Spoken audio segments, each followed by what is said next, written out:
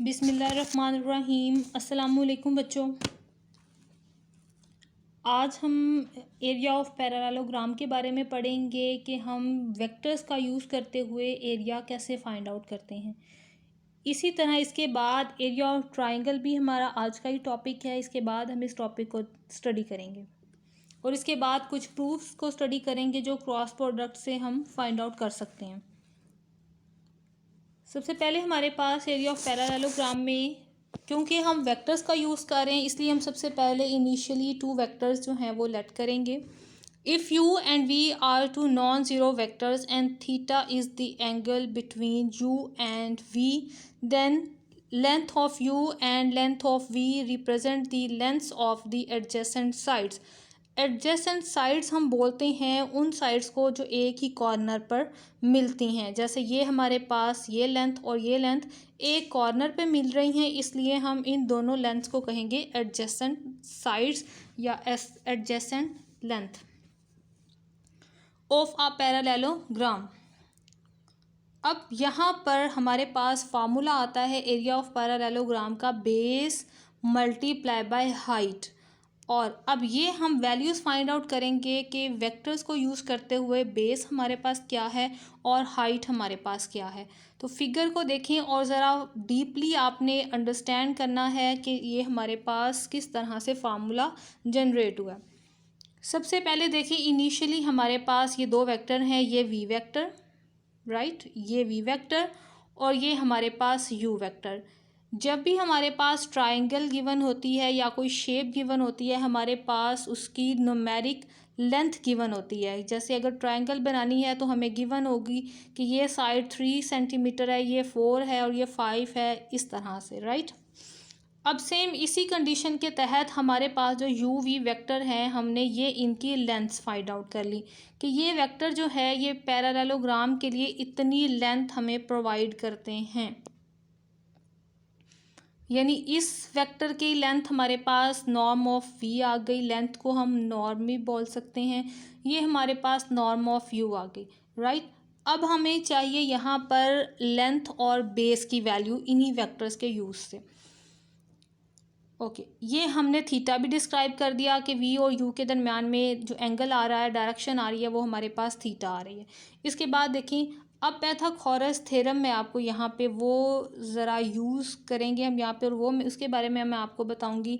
ये हमारे पास कुछ वैल्यूज़ होती हैं ए बी सी की फॉर्म की, और यहाँ से हमारे पास रिज़ल्ट आता है ये वाला। कॉस को लिखना है ये बिटवीन एंगल के लिए, cos theta is equal to आता है ए ओवर सी, और साइन थीटा हमारे पास आता है बी ओवर सी।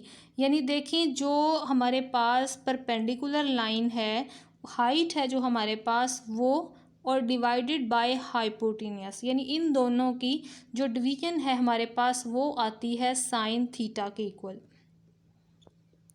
ये अगेन सेपरेट से भी मैं फार्मूला लिख लेती हूँ, sine theta is equal to b over c. अब अपनी ज़रा इस ट्राइंगल को देखें, यहाँ पर इस ट्राइंगल को यहाँ पर हमने पूरी पैरेललोग्राम खुद से जनरेट किया, या खुद से भी किस तरह से जनरेट की है। पैरेललोग्राम में आमने सामने वाली जो साइड्स होती हैं वो इक्वल होती हैं, यानी जितनी लेंथ हमारे पास यहाँ पर है उतनी लेंथ की ये डॉटेड लाइन की एक्सटेंशन ऊपर ड्रॉ की, और जितनी लंबी ये लाइन है, जितनी लेंथ इसकी है, उतनी ही ये एक्सटेंडेड लाइन हमने यहाँ पे ड्रॉ की। अब ये आमने सामने वाली जो साइड्स हैं ये आपस में इक्वल हैं, ऊपर और नीचे वाली, दाएं और बाएं वाली, राइट। और ये आर्बिट्ररी एक 90 एंगल से परपेंडिकुलर लाइन ये हमने ड्रॉ की। और जब भी हमने पैरेललोग्राम का टोटल एरिया फाइंड करना होता है, हमें परपेंडिकुलर हाइट ही चाहिए होती है। यानी चाहे तो ये हाइट हमें यहाँ से मिल जाए, चाहिए तो ये हाइट हमें यहाँ से मिल जाए, लेकिन चाहिए हमें टोटल इसकी परपेंडिकुलर हाइट। और चाहे तो ये देखिए, यहाँ पे भी हम ड्रॉ कर सकते हैं। यहाँ पे भी अगर हमें किसी भी फिगर में यहाँ की हाइट भी टोटल गिवन होगी यहाँ तक, तो वो भी हमारे पास ये सारी हाइट्स जो है ये इक्वल आती हैं। अब देखिए, हम अपने फार्मूला के तहत ये अगर सपोज करें कि ये वाली जो हाइट है ये इज़ इक्वल टू है एच, तो एच किसके इक्वल होगा, एच डिवाइडेड बाय ये हाइपोटेन्यूस का रिजल्ट है, mod of u is equal to sine theta. अब जो मॉड ऑफ यू है वो हमारे पास साइन के साथ चला जाएगा, इस साइड पर आएगा, तो ये हमारे पास बन गया एच का रिज़ल्ट। तो इस तरह से ये हाइट है हमारे पास, जो हमारे पास नॉर्म ऑफ यू और साइन थीटा यहाँ पर गिवन है। क्लियर? चलें जी, जो हमारे पास फार्मूला में हाइट का रिज़ल्ट था वो हमारे पास आ गया। अब बेस क्या है? बेस ये टोटल लेंथ होती है जो भी इस पैरेललोग्राम के नीचे की टोटल लेंथ है। तो नीचे की टोटल लेंथ क्या है हमारे पास? Mod of we. अब इन दोनों की मल्टीप्लिकेशन की हमने यहाँ पर, ये यहाँ पर बेस की जगह पर आ गई वैल्यू नॉर्म ऑफ वी और हाइट की जगह पर वैल्यू आ गई norm of you sine theta. और जब हम तीनों को मल्टीप्लाई करवाएंगे तो अरेंज करने के लिए यहाँ पर यू को पहले लिख लिया है और वी को बाद में लिखा है। क्लियर? जब मल्टीप्लाई करवाएंगे तो हम इसको आगे पीछे चेंज कर सकते हैं। तो ये norm of u norm of v sine theta ये हमारे पास टोटल एरिया आ गया है इस पैरेललोग्राम का। अब देखिए हमारे पास ये किसकी मल्टीप्लिकेशन होती है? ये हमारे पास क्रॉस प्रोडक्ट होती है यू क्रॉस वी की। राइट, ये हमारे पास क्रॉस प्रोडक्ट है यू क्रॉस वी की। एरिया में क्योंकि डायरेक्शन नहीं होती, एरिया एक न्यूमेरिक रिजल्ट होता है हमारे पास। एरिया हमारे पास न्यूमेरिक रिजल्ट है, इसलिए हम इसका जो नॉर्म है ये फाइंड आउट करेंगे और नॉर्म ही हमारे पास हमारा एरिया होगा total of this parallelogram. Right, अब हमें कोई से भी दो वेक्टर्स गिवन होंगे, हम उसे क्रॉस प्रोडक्ट करवाएंगे, उसी क्रॉस प्रोडक्ट के रिजल्ट का नॉर्म फाइंड आउट करेंगे तो वो हमारे पास हमारे एरिया के इक्वल होगा। होप्स हो कि आप लोगों को ये फिगर अच्छे से समझ आई होगी। अगर मज़ीद भी कोई क्वेश्चन हो आपके जहन में तो आप वो कमेंट में पूछ लीजिएगा। अब इसके बाद हमारे पास नेक्स्ट कॉन्सेप्ट आता है एरिया ऑफ ट्रायंगल। इसी फिगर को देखें जो पैरेललोग्राम की हमें गिवन है। यहाँ पे देखें बच्चों, इस पूरी ट्रायंगल को अगर मैं इस डायगोनल से हाफ कर दूँ, डायगोनल क्या होता है हमारे पास? एक कॉर्नर से अगर हम उसे दूसरे कॉर्नर से मिला देते हैं, तो मैंने क्या किया, इस वाले एक डायगोनल का मैंने यूज़ किया, तो क्या होगा, जितनी ट्रायंगल मेरे पास ऊपर है उतनी ही ट्रायंगल मेरे पास इस डायगोनल से नीचे है। तो यहाँ पे देखें इस लाइन से ड्रा करने के बाद ये बाकी का जो मेरे पास ये एरिया बचा, ये जो मेरे पास एरिया बचा है यहाँ पर ये ब्लू लाइन से नीचे नीचे ये एरिया बन गया है हाफ ऑफ दिस पैरेललोग्राम। यानी टोटल पैरेललोग्राम को मैंने आधा कर दिया है, इसलिए अब नीचे वाली जो मेरे पास ट्रायंगल बनी है उसका area half of this parallelogram होगा। इस पैरेललोग्राम के टोटल एरिया को जब हम हाफ करेंगे तो हमारे पास ट्रायंगल का रिजल्ट आ जाएगा।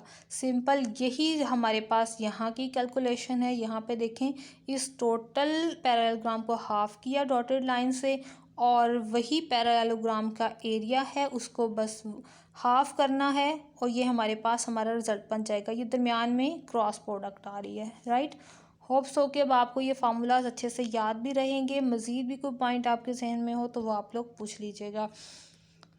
अब हम ज़रा इनसे रिलेटेड कोई एग्जांपल भी सॉल्व करते हैं।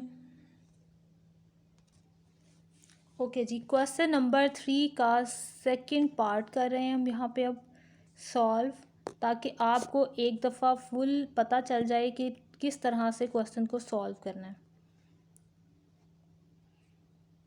ये P पॉइंट, ये नेक्स्ट Q पॉइंट, उसके बाद ये R पॉइंट,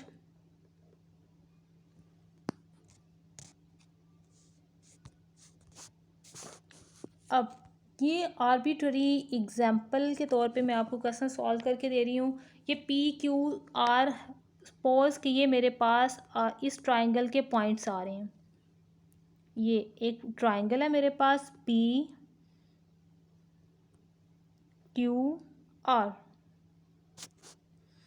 अब यहाँ पर देखें हमारे पास इस ट्राइंगल में दो वेक्टर हमारे पास हमें चाहिए जिससे हम अपनी कैलकुलेशन जो है वो फाइंड आउट कर सकते हैं। एक पॉइंट हम यहाँ से डायरेक्शन फाइंड कर लेते हैं PQ और दूसरी डायरेक्शन हम फाइंड आउट कर लेते हैं यहाँ से PR और इन दोनों डायरेक्शन को क्रॉस प्रोडक्ट करवाएंगे हम। PQ P R. जिस तरह से अभी एग्जाम्पल जो आपने थ्योरम किया है उससे रिलेटेड अगर इसकी हम बनाएं स्टेटमेंट, तो हमारे पास ट्रायंगल इस फॉर्म की बनेगी पी क्यू आर।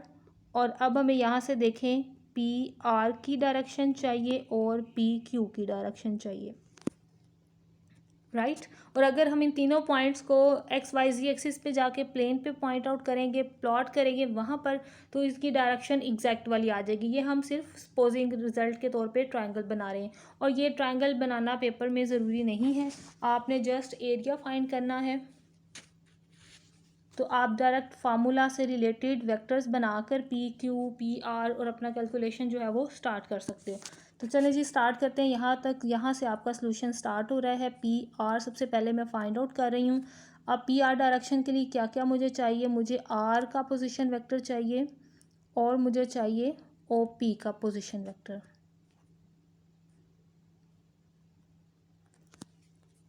आर में आई कंपोनेंट ज़ीरो है इसलिए उसे निगलेक्ट कर दें। 2j प्लस के negative sign, O P direction है आई माइनस जे माइनस के।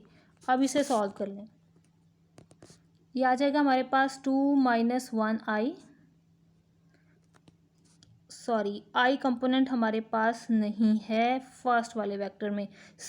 जो सेकेंडली हमारे पास ये आई लिखा हुआ है यही टोटल अपने इस नेगेटिव साइन के साथ सॉल्व होकर आ जाएगा। तो ये आ गया हमारे पास माइनस आई। अब हमारे पास जे वाले कंपोनेंट सॉल्व होंगे, तो ये आ जाएगा रिजल्ट हमारे पास 2 और ये माइनस माइनस ये बनेंगे प्लस, प्लस 1 जे कॉमन। अब इसके बाद के रिज़ल्ट को हमने लिखना है, तो यहाँ से आ गया 1, यहाँ से 1 आ गया और minus into minus again plus 1, और ये बाहर के का result plus 3j plus 2k। अब हमें चाहिए पी क्यू का रिज़ल्ट, तो पी क्यू के लिए मैं ये डायरेक्शन लिख लेती हूँ। उसी के पॉइंट्स यानी पोजीशन वेक्टर्स बनाएंगे O Q minus O P. अब ओ क्यू के पॉइंट्स पहले आएंगे 2i प्लस 0j, तो j को लिखने की ज़रूरत ही नहीं है, हम यहाँ पे डायरेक्ट अब अपना k कंपोनेंट लिखेंगे माइनस k। उसके बाद ओ पी है, तो ओ पी के लिए आ गया i माइनस जे माइनस के। आई कंपोनेंट सॉल्व होंगे फर्स्टली, फिर जे कंपोनेंट। अब फर्स्ट वाले में जे कंपोनेंट नहीं है, सेकंड वाला जे कंपोनेंट अकेला आ गया। अब उसके बाद अब हमारे पास के कंपोनेंट्स आएंगे। फर्स्ट में हमारे पास माइनस के है तो उसका माइनस आ गया। अब सेकेंडली प्लस 1 है तो प्लस 1 लिख लेंगे। जब ये माइनस इस माइनस से मल्टीप्लाई होगा तो प्लस का साइन आएगा, और यहाँ से आ गया आई प्लस जे प्लस 0k, तो इसलिए उसको जे के बाद के को, अब के को नहीं लिखेंगे क्योंकि उसका कॉफिशिएंट हमारे पास 0 हो गया। अब हमें चाहिए क्रॉस प्रोडक्ट इन्हीं दोनों वेक्टर्स की। एक और बात आपने याद रखनी है, एरिया कभी भी नेगेटिव नहीं होगा। आपका एरिया का आंसर अगर नेगेटिव भी आएगा तो आपने अपने आंसर को नेगेटिव निगलेक्ट करके कंसीडर करना है। तो यहाँ पे अब मैं लिख रही हूँ P Q cross P R.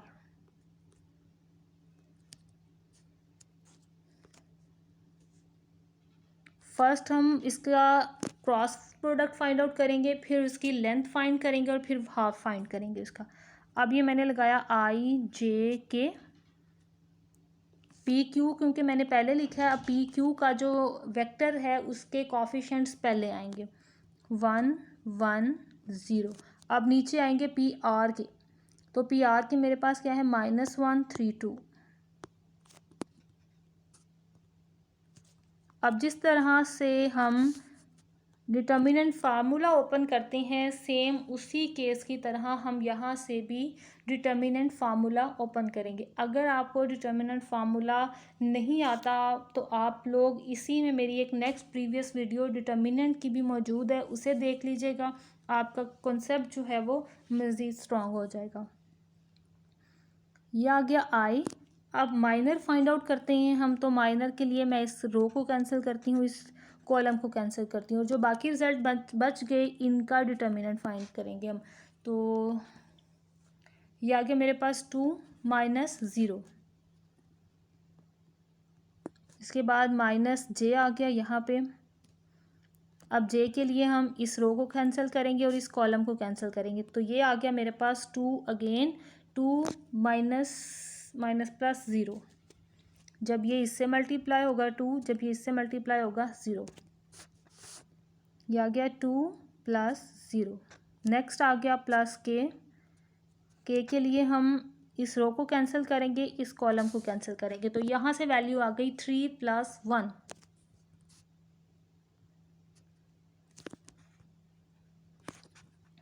ये आ गया 2i minus 2j plus 4k। अब हम इसका मॉड फाइंड आउट कर लेंगे।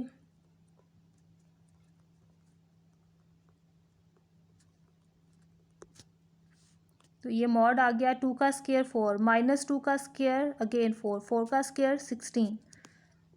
ये आ गया मेरे पास 24। अब area of triangle is equal to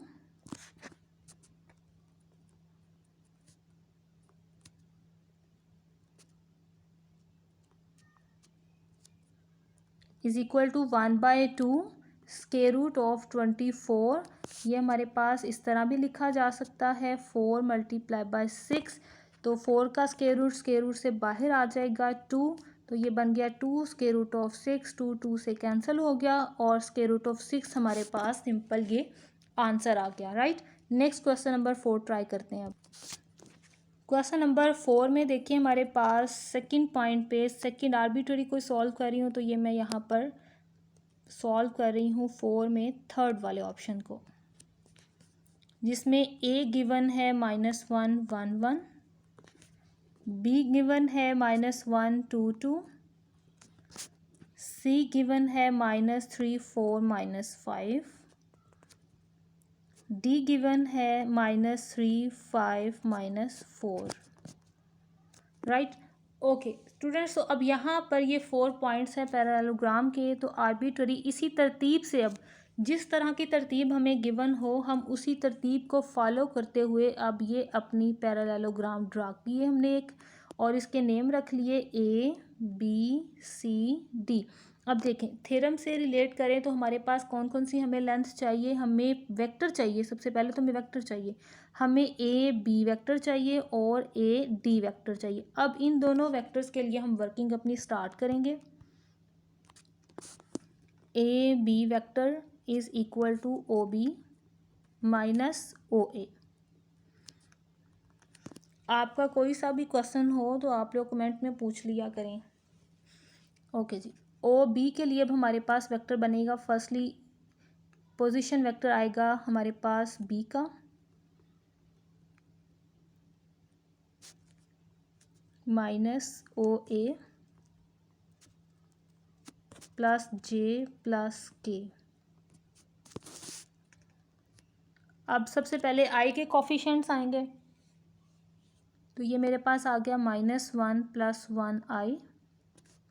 अब जे के कंपोनेंट्स को लिखेंगे 2 - 1 जे। आपने क्या करना है, जितने भी कोफिशिएंट्स होंगे उनको बस आपने प्लस के बाद ब्रैकेट में विद साइंस नो जो है वो इकट्ठा करते जाना है। 2 - 1 के,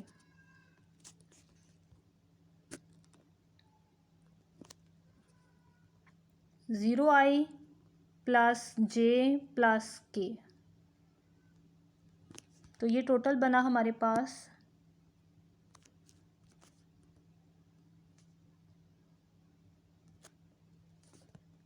जे प्लस के।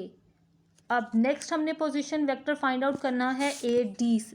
ए डी के लिए अब हमें चाहिए डी का पोजीशन वेक्टर और ए का पोजीशन वेक्टर। अब सबसे पहले डी के पॉइंट्स आएंगे यहाँ पे -3i + 5j -4k,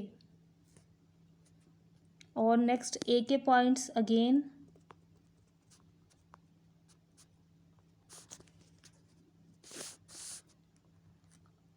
आई का कॉफिशिएंट सेपरेट किए, आई कॉमन। नेक्स्ट अब जे के कॉफिशिएंट सेपरेट किए, जे कॉमन। नेक्स्ट अब यहाँ पे के कॉफिशिएंट सेपरेट किए, के कॉमन, राइट। इसको सॉल्व करने, -2i + 4j -5k। अब इनकी हम करवाएंगे cross product. A B cross product with A D is equal to i j के।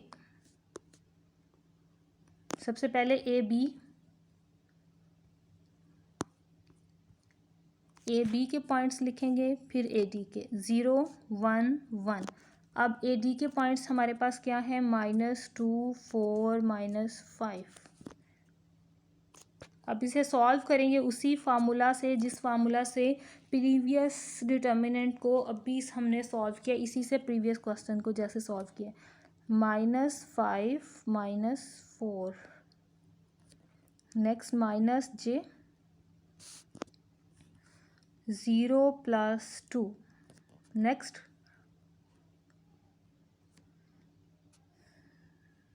-2 -9i -2j + 2k, राइट। जब मैंने आई के साथ पेयर बनाना था, यानी ब्रैकेट में नंबर्स लिखने थे, तो मैंने इन दोनों को कैंसिल किया और जो अंदर ये 4 नंबर थे इनको मल्टीप्लाई करवाया। और जब मैंने जे के लिए करना था काम, तो मैंने ये रो ये कॉलम कैंसिल की और बाकी चारों को क्रॉस प्रोडक्ट करवाई। इसी तरह जब मुझे के लिए करना था, तो मैंने इस रो को और इस कॉलम को कैंसिल किया और बाकी सबको मल्टीप्लाई करवाया। ओके जी, अब इसका हमने क्या करना है, अब हम यहाँ पे इसकी क्रॉस प्रोडक्ट फाइंड कर ली हमने। अब इसी क्रॉस प्रोडक्ट का हम मॉड फाइंड करेंगे। ये हम लेंथ फाइंड कर रहे हैं, ये लेंथ का ही फार्मूला है हमारे पास।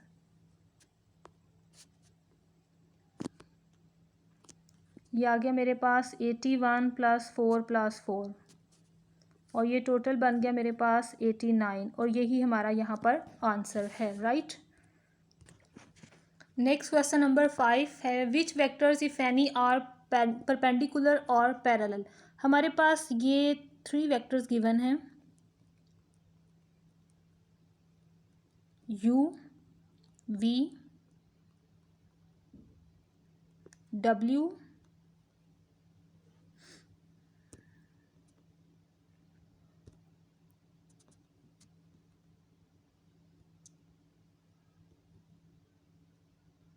-3k। अब यहाँ पर पैरेलल रिजल्ट अगर फाइंड आउट करना है स्टूडेंट्स, तो आपने देखना है क्या कोई एक वेक्टर दूसरे एक नंबर का स्केलर मल्टीपल है। तो यहाँ पर देखें, इन दोनों वेक्टर्स को ज़रा डीपली नोट करें। अगर u वेक्टर को -3 से मल्टीप्लाई करें तो क्या ये w के इक्वल आ जाएगा? ऑब्वियसली ये हमारे पास इक्वल आ रहे हैं वेक्टर्स। तो हम यहाँ पर क्या करेंगे, हम इन दोनों वेक्टर्स को कंसीडर करेंगे कि ये आपस में पैरेलल हैं। As -3u is equal to, अब देखें u को मल्टीप्लाई करवाते जाएं ज़रा -3 से,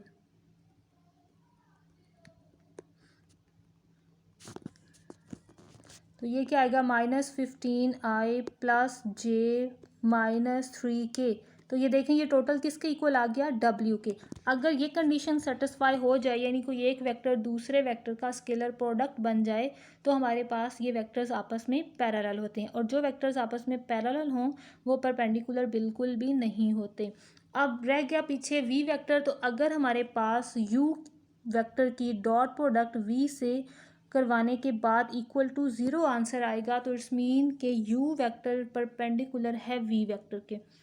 और क्योंकि u और w आपस में पैरेलल हैं, तो जो वेक्टर u से परपेंडिकुलर होगा वो w से भी ज़रूर होगा। हर चीज़ को ज़रा पिक करना है और फॉलो करना है। ये इंपॉर्टेंट MCQs भी हैं आपके, राइट। मैं साथ साथ आपको इम्पोर्टेंट भी बताऊंगी, इसलिए आपने ज़रा डीपली फुल जो लेक्चर्स हैं उनको अच्छे से लेना है, अटेंड करना है और साथ साथ नोट्स भी प्रिपेयर करने हैं। तो चलें जी, स्टार्ट करते हैं u और v की डॉट प्रोडक्ट को।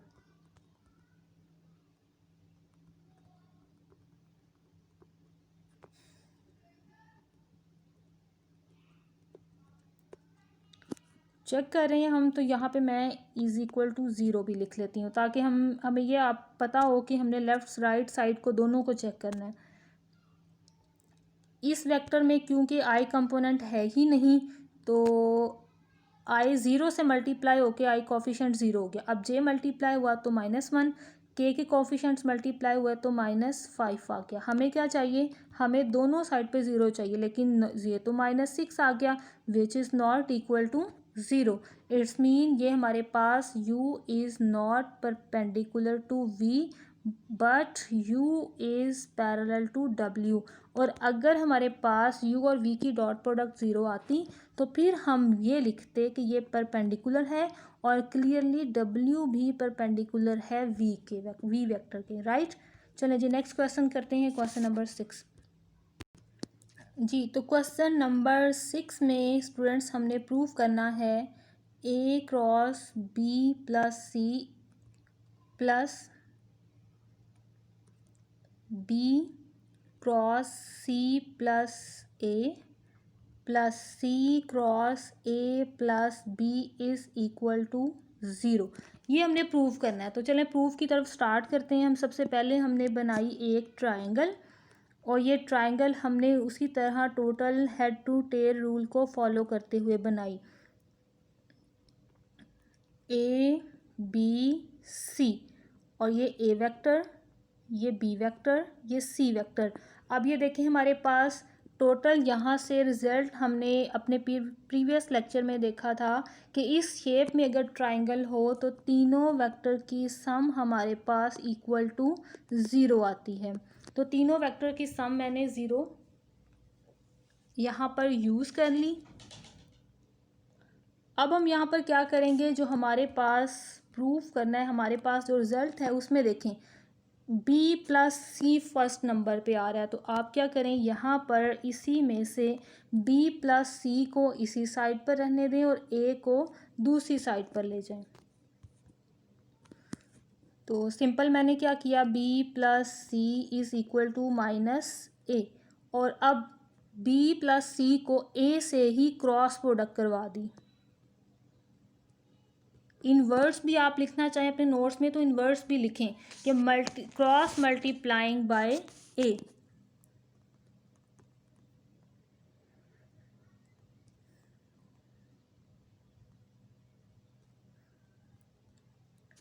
अब क्योंकि यहाँ पे राइट साइड पे जो है ये सॉल्वेबल है, लेकिन लेफ़्ट साइड पे जो b प्लस सी है वो इसे सॉल्वेबल नहीं है, हम उसे सॉल्व नहीं करेंगे, हम इसे सॉल्व करेंगे। अब ये देखें ये नेगेटिव है, दोनों साइड पे देखें हमारे पास ये जो नंबर है a क्रॉस a, इन दोनों के दरमियान एंगल क्या है 0, तो साइन 0 पर 0 आंसर देता है, इसलिए ये टोटल वेक्टर बन गया हमारे पास 0। अब ये एक लाइन बन गई। अब इसी तरह हम देखें जो सेकंड वाला हमारा रिज़ल्ट है उसमें देखें हमारे पास कंडीशन है, इसमें कंडीशन है c प्लस ए। अब हम c प्लस ए को इधर रहने देंगे और b को दूसरी साइड पर ले जाएंगे। तो यहाँ पर मैंने किया c plus a is equal to -b, और अब हम इसको भी b से क्रॉस प्रोडक्ट करवाएंगे, यानी जो वेक्टर यहाँ आ जाएगा उसी से हम क्रॉस प्रोडक्ट करवाएंगे। b cross product with c plus a is equal to negative चाहे यहाँ पे मैं लगा रही हूँ, आप यहाँ पे मैंने तो डायरेक्ट लगा दिया ना, क्योंकि स्टार्टिंग में यहाँ पर आएगा, फिर बाद में मल्टीप्लाई करने के बाद ये वेक्टर यहाँ पर आएगा, उसके बाद इसका रिजल्ट टोटल हो जाएगा 0, राइट।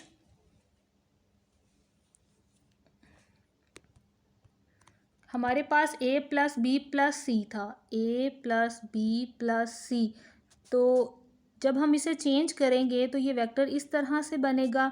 तो ये a प्लस सी लिखें या c प्लस a लिखें, कोई इसमें डिफरेंस नहीं होगा, ठीक है।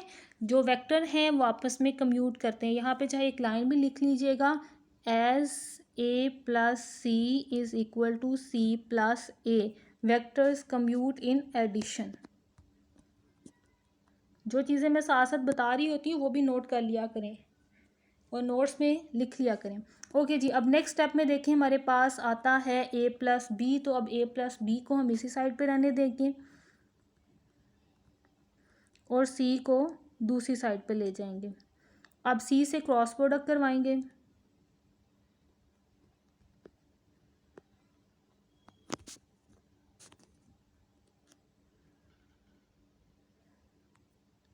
तो ये मेरे पास आ गया अगेन सी क्रॉस सी, टोटल वेक्टर बन गया ये भी 0। अब मेरे पास ये 3 रिजल्ट्स आ गए, इन तीनों को ऐड कर देंगे। अब ये थर्ड रिजल्ट, ये सेकंड रिजल्ट और ये फर्स्ट रिजल्ट। अब देखिए बच्चों, तीनों को ऐड करेंगे तो क्या रिजल्ट बनेगा हमारे पास, a cross B plus c plus b cross c plus a plus C cross A plus b is equal to 0 plus 0 plus 0 again is equal to 0। तो ये हमारा यहाँ से प्रूव हो गया, राइट। होप सो कि आप लोगों को समझ आई होगी। नेक्स्ट करते हैं क्वेश्चन नंबर 7। क्वेश्चन नंबर 7 में देखिए हमें गिवन है a plus B plus C is equal to 0 और कंडीशन जो हमने प्रूव करवानी है वो है A cross B is equal to B cross C is equal to C cross A. Okay जी, अब यही रिजल्ट लेंगे हम, A plus B plus C is equal to 0।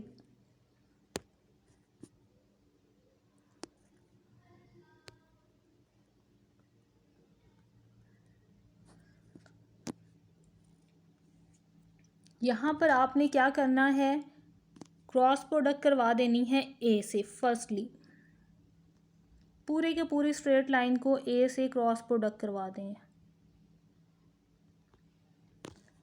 अब क्रॉस प्रोडक्ट अंदर मल्टीप्लाई होगी,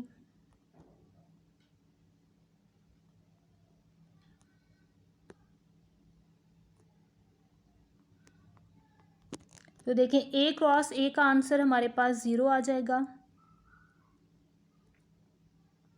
और इस वेक्टर को दूसरी तरफ ले जाएं, ये यहाँ पर इस तरह से चेंज हो जाएगा।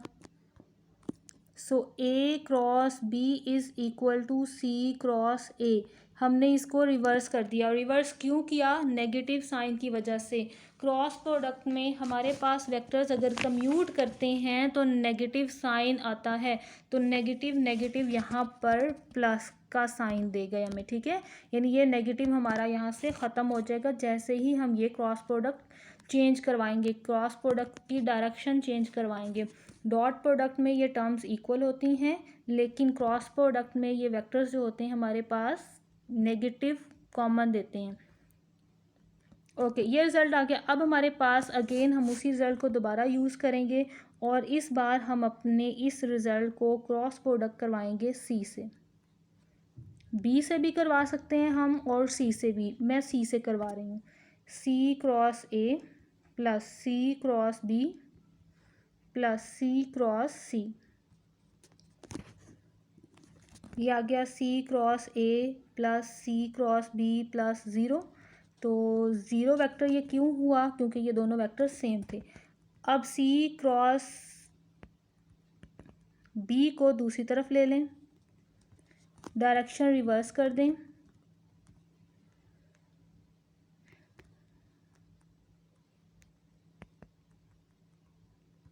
ये आ गया बी क्रॉस सी।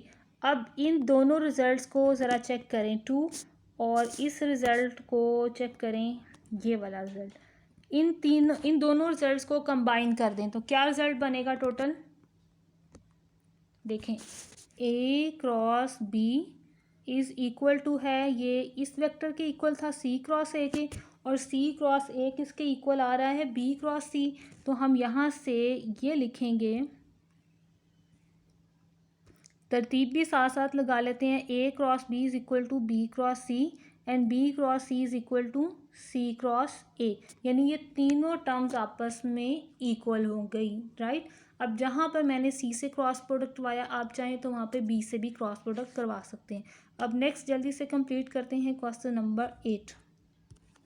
तो क्वेश्चन नंबर 8 में हमने साइन का फार्मूला प्रूफ करवाना है कि sine alpha minus beta is equal to है sine alpha cos beta. Plus cos alpha sine beta.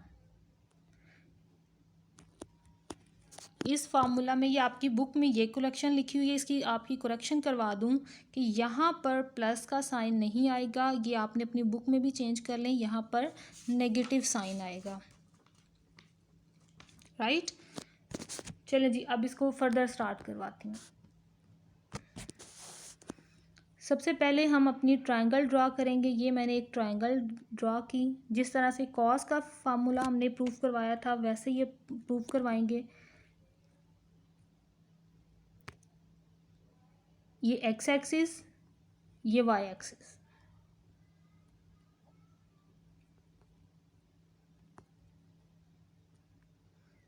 ये ओरिजिन समझते हैं ना, जहाँ से एक्स एक्सिस, वाई एक्सिस और जी एक्सिस स्टार्ट होते हैं, और ये तीनों एक्सिस का कॉमन पॉइंट होता है। ओके, ये मैंने एक वेक्टर ड्रॉ किया P, और ये मैंने एक वेक्टर ड्रॉ किया Q।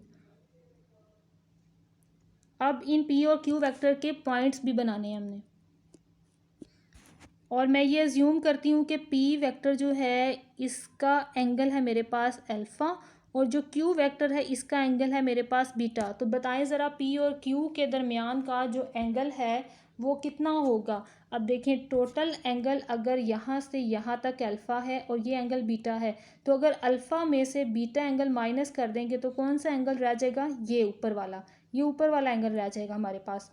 तो इसलिए P और Q के बिटवीन जो टोटल एंगल हमारे पास है वो है अल्फ़ा माइनस बीटा। तो अब P और Q कोऑर्डिनेट्स बनाते हैं कि P और Q के कोऑर्डिनेट्स हमारे पास क्या बनेंगे।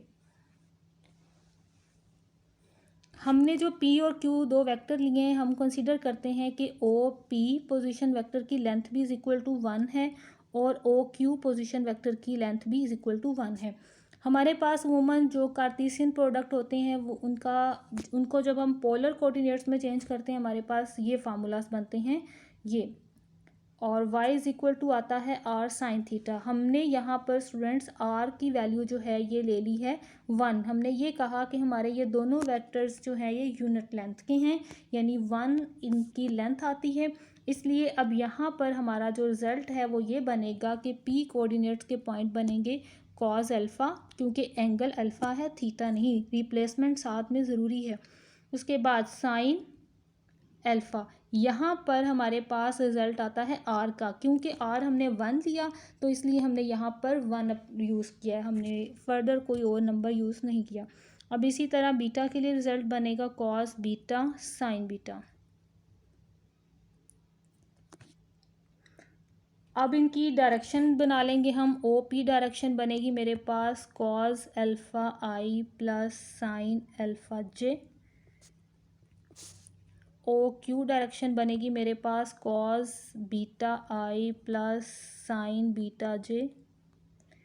अब इनकी क्रॉस प्रोडक्ट फाइंड करेंगे हम, तो OP cross product with OQ is equal to, इन्हीं दोनों वेक्टर्स की क्रॉस प्रोडक्ट होगी। तो इन दोनों वेक्टर्स को मैंने क्रॉस प्रोडक्ट की फॉर्म में ज़रा यहाँ पे लिख लेती हूँ, is equal to IJK। Space कम है, नीचे ही बेहतर रहेगा यहाँ पे, वरना छोटा छोटा लिखना पड़ेगा। Is equal to IJK। अब पहले वेक्टर हम लिखेंगे P का, तो P के कोऑर्डिनेट्स थे मेरे पास कॉस अल्फ़ा साइन अल्फ़ा, और ये वेक्टर था 0। उसके बाद कॉस बीटा साइन बीटा, और ये यहाँ पे भी 0। अब देखें OP क्रॉस OQ था, वहाँ से क्या रिज़ल्ट आएगा हमारे पास, OP length OQ length sine of the angle between P and Q which is alpha minus beta is equal to. अब इज़ इक्वल टू के बाद हम अपने डिटर्मिनेंट का रिजल्ट लिखेंगे, तो डिटर्मिनेंट की तरफ आए ज़रा।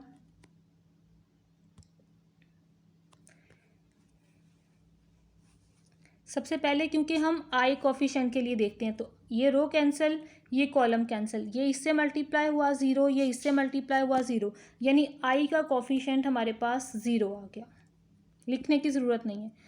अब जे के लिए लिखना चाह रहे हैं तो ये रो कैंसिल, ये कॉलम कैंसिल, अगेन ये आपस में मल्टीप्लाई होंगे तो फिर से जे कोफिशिएंट 0, जे लिखने की भी ज़रूरत नहीं है हमें। उसके बाद अब हमें के का रिजल्ट लिखना है, तो के लिए ये रो कैंसिल, ये कॉलम कैंसिल। अब देखें कॉस अल्फ़ा साइन बीटा से मल्टीप्लाई है और साइन अल्फ़ा कॉस बीटा से मल्टीप्लाई है। कॉस अल्फ़ा साइन बीटा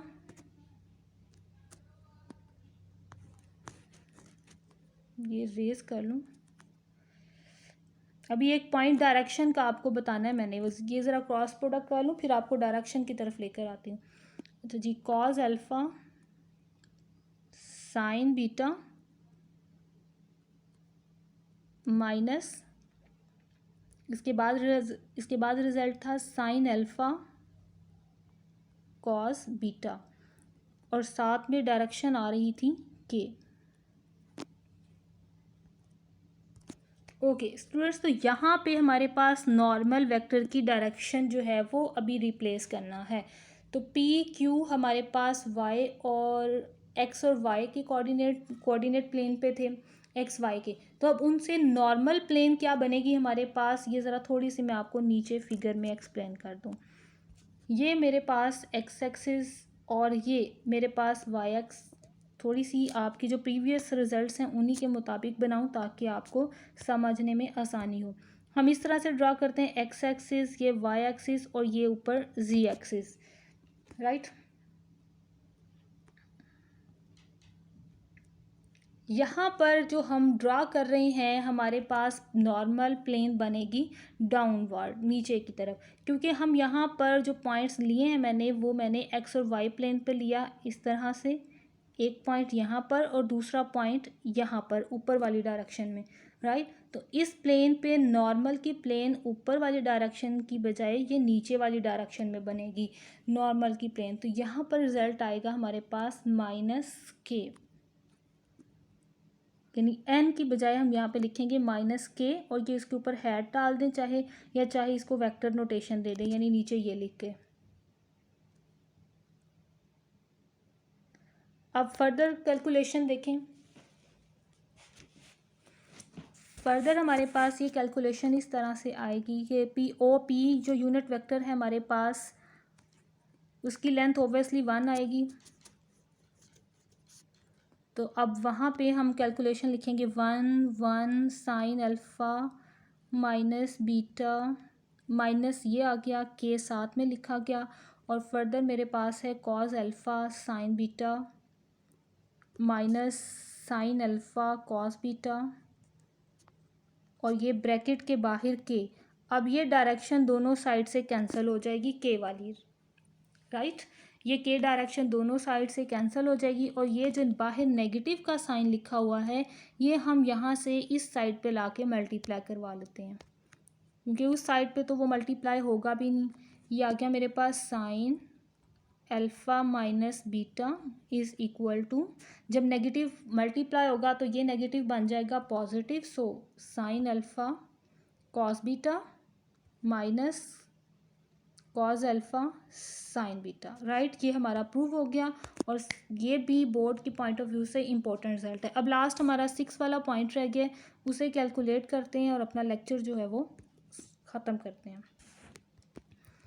तो क्वेश्चन नंबर 9 है, if A cross B is equal to 0 and A dot B is equal to 0, what conclusion can be drawn about A और B, कि आप ए और B के बारे में क्या रिजल्ट जो है वो क्या नतीजा निकालते हो। तो देखें ज़रा, अगर ए क्रॉस बी हमारे पास 0 है तो हमें पता है इसका मतलब है कि ये दोनों सेम होंगे, तभी तो हमारे पास जो है इनका रिज़ल्ट क्रॉस प्रोडक्ट में 0 आया है।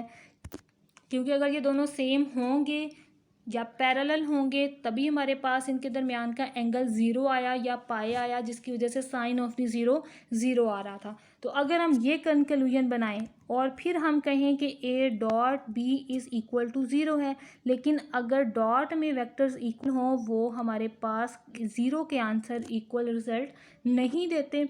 सो इसका मतलब है from A cross B equal to 0 and A dot B equal to 0, we calculate that,